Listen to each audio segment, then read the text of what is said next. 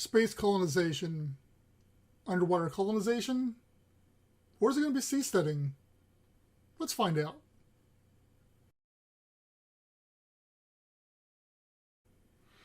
The 21st century. Mankind has colonized the last unexplored region on Earth, the oceans. As captain of the Seaquest and its crew, we are its guardians, for beneath the surface lies the future.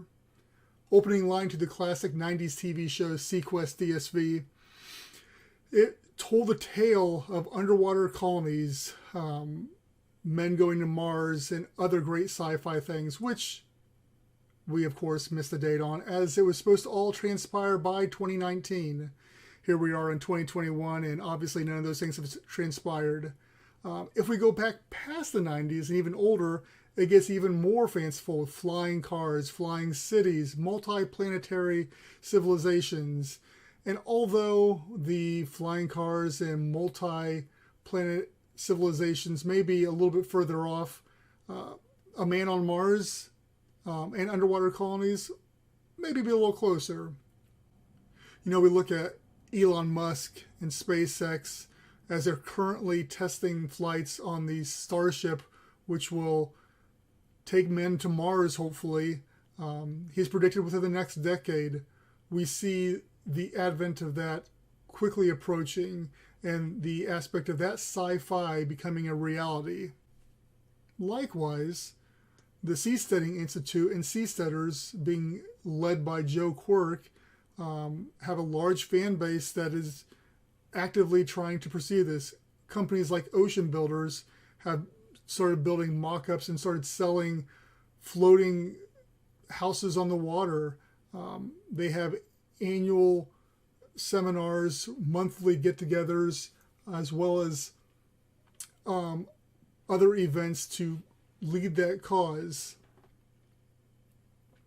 And because of all that, we technically could see a seastead pop up at any point in time to start leading that cause.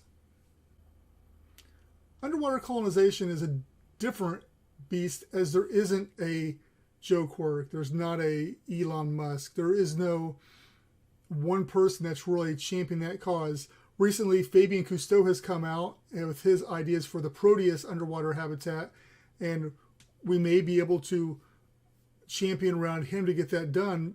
But as of right now, due to that lack of central figurehead and the fact that it's like space, it's not cool right now, it doesn't get as much notoriety, funding, or movement as space or even the Seasteaders do. You know, all three have existed for roughly the same amount of time, more or less, you know, dating back to the 60s.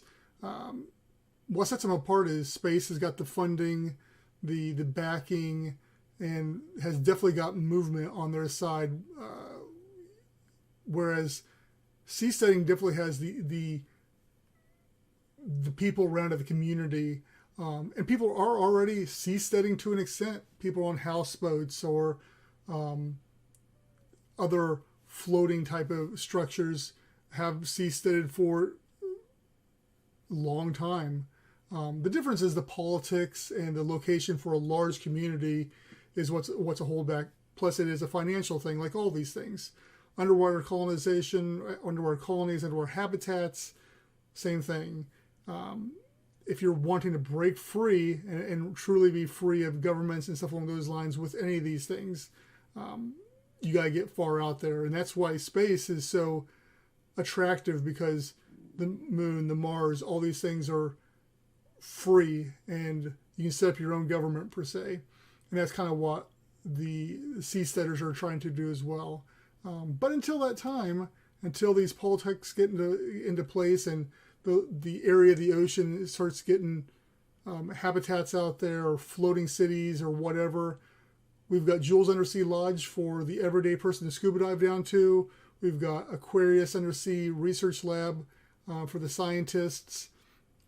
And that's really about all that's currently around there. Now there's half a dozen or so, or even more, proposed underwater habitats, Atlantis Sea Colony being one of them. And so the future looks bright, and we're going to see what's going to happen there. But until that time, this is where we're at. So, like I say in all my videos, thank you very much for watching this.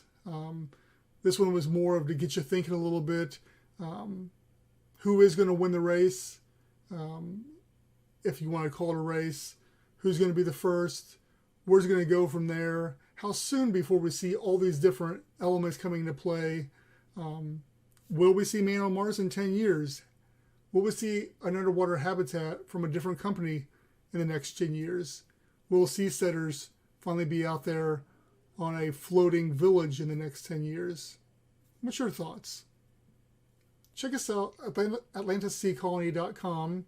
All of our socials are there. Instagram, Twitter, LinkedIn, Facebook, YouTube, TikTok. Just search Atlantis Sea Colony.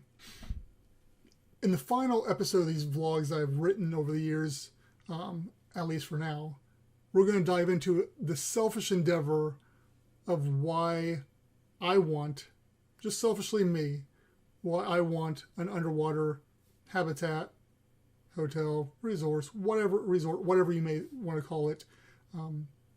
Why Brendan Traxler wants that.